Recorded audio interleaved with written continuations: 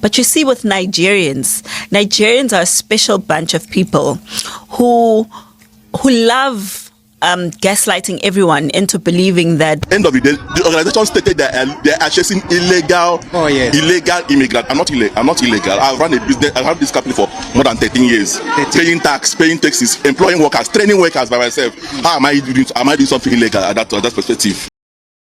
Groups of very wealthy people overseas who are financing some of the killer gangs in South Africa. Are we talking about immigrants who've moved here? No, ma. We are here more than 12,000 people. We are not working. We were there, we was working outside. So now we don't working. Tell him he must take people and fix that job. Don't use our children for your political agendas. Illegal foreigners must go, but not violently.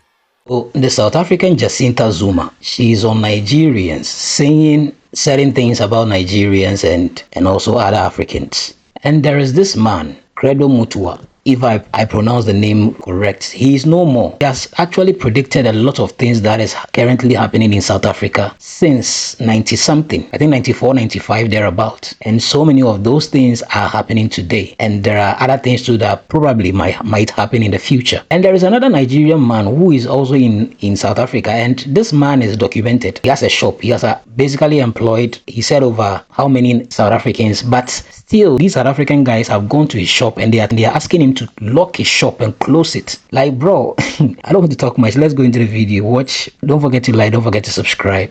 But you see, with Nigerians are a special bunch of people who love gaslighting everyone into believing that everyone else is the problem but them. Sure. You know, it cannot be that everywhere in the world, every single country in the world is getting rid of Nigerians with absolute enthusiasm.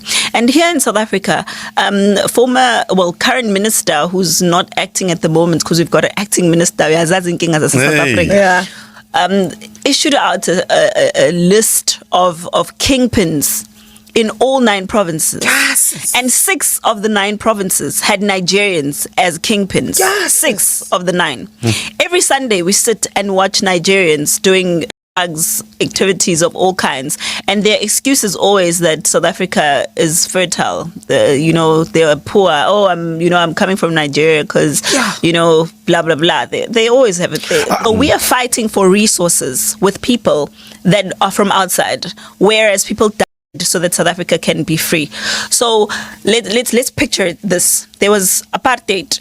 And everyone said, okay, life goes on as normal. White people keep your stuff. Black people, you have to basically start from scratch. BEE process, it becomes a corrupt process that benefits only those who are close to a few people. So the poor of the poor have never benefited from this economy, mind you, because they have to start from scratch with no connections, nothing, right? And when they do that, suddenly comes the poor people from all over Africa who have problems with their government, competing with who? The poor people. Because remember, they're not competing with the politicians, they're not. They're competing with the very poorest of poor of South Africans. So what happens is we are the country with the biggest gap between the rich and the poor in the world currently. So what is happening to that gap? It's extending, right? So when it's widening, these people come here, right? Because our laws are meant to protect them, because we're xenophobic. So the world, the media is trying to make them look like the victims. Anything you say to these people doesn't work. The police are scared to arrest them. NPOs and NGOs are protecting them. I see villages burning. South Africa will be a tyranny, worse than any that we have seen in Africa. And South Africa's new government will be weakened and it will be seized by force. Some of the black men and women who are today negotiating peace are going to be arrested by a government in the very near future. They will be accused falsely of treason. And I see them standing in chains before military thugs. My eyes cry for you, Dr. Mandela. You have plowed a garden, but you are not going to be there to reap the bright fruits that you thought you were planting. My eyes cry for you, my Lord, Prince of Pumangene, Mangosu Tubkeles. You shall be humiliated before the world, and your people with you. The Zulus are going to be called the enemies of peace.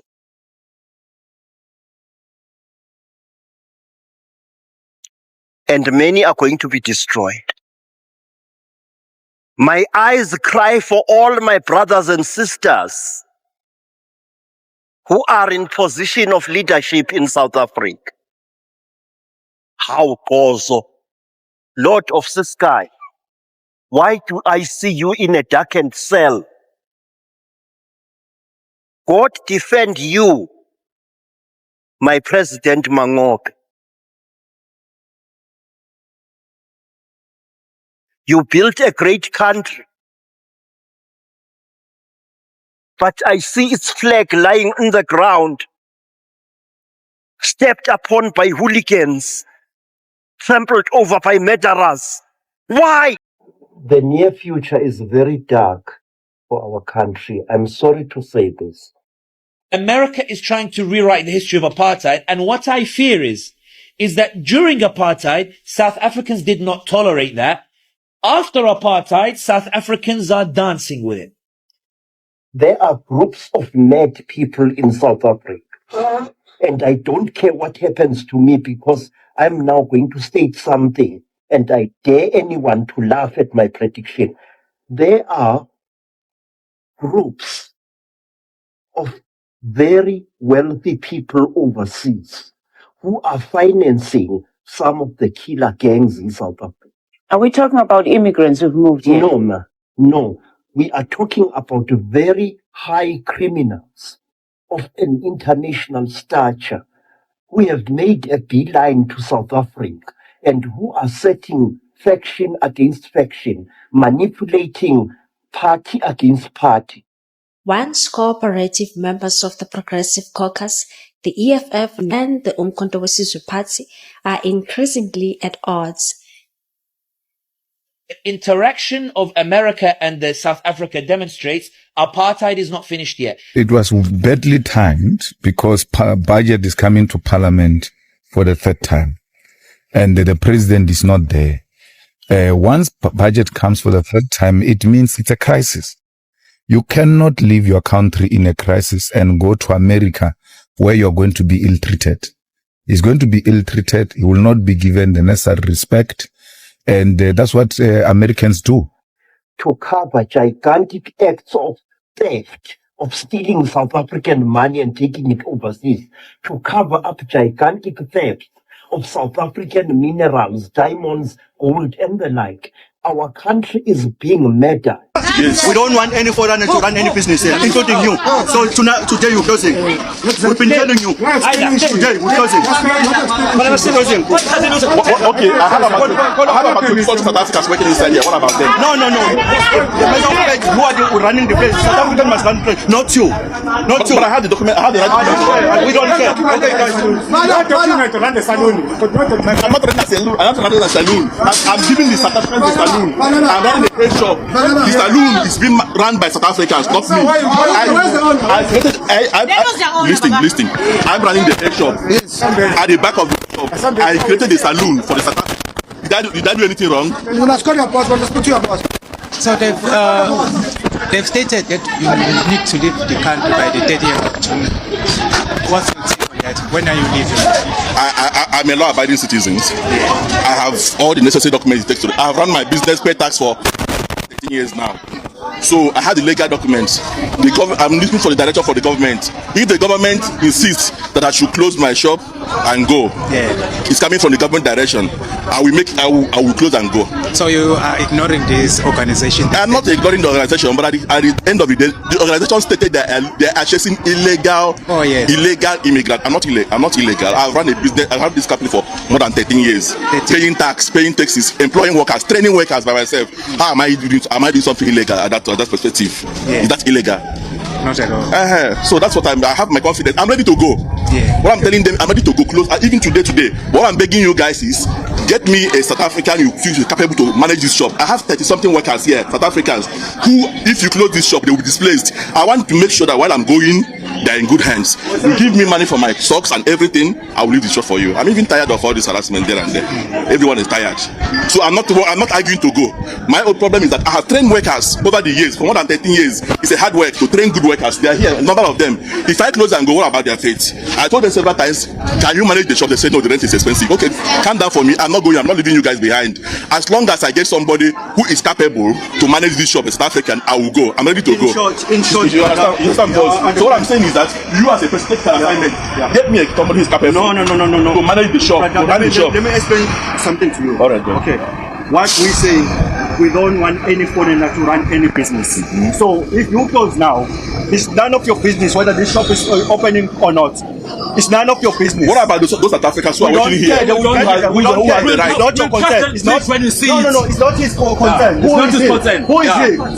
It's not your concern, brother. So You are like a criminal here. You are not allowed to run any shop in South Africa. You are the criminal. Yeah. So we want all these people to live there and close. Now, we've been telling you. We are here more than 12,000 people. We are not working. We were there, we was working outside. So now we don't working. Tell him he must take people and fix that job. He must start working there now because we are not working. So he said he want fixing his country. Tell him he start now fixing because we are here already. And let me tell my fellow brothers, African people, please, let's go. Let's leave South Africa alone because they said they want fixing the country. They don't know maybe fixing the country this way. So when we leave this country, they're going to know how painful the people traveling from another country to searching better life, not enjoying life. Because we are here searching better life. So when he said he wanted to fix the country, let them fix. After 2-3 years ago, they will see what will happen to this country. Right now, there is company there closing because it was working. But still, there's no work. So let them completely fixing it. Thank you. We go. I'm really upset at black people. Not black Africans, black South Africans. Because really, you're going to blame people who make up 3 to 4% of the population but have very little wealth, influence, and land in the country. And you're not going to blame the 7% of white people who control 70% of the wealth and land and power in the country. And just a reminder, in 1994, it was closer to 90%. You see, we whites trained you so well. Let the colorist propaganda work. Fight each other.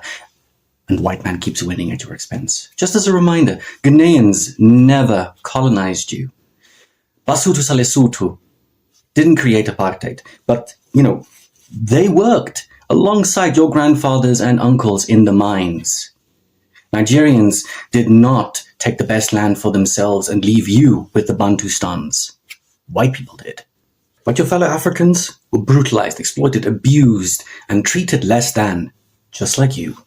There's a reason why this man was unalived, because Ntatehane understood that political freedom means nothing without economic freedom to back it up. Why do you think you are fighting foreigners?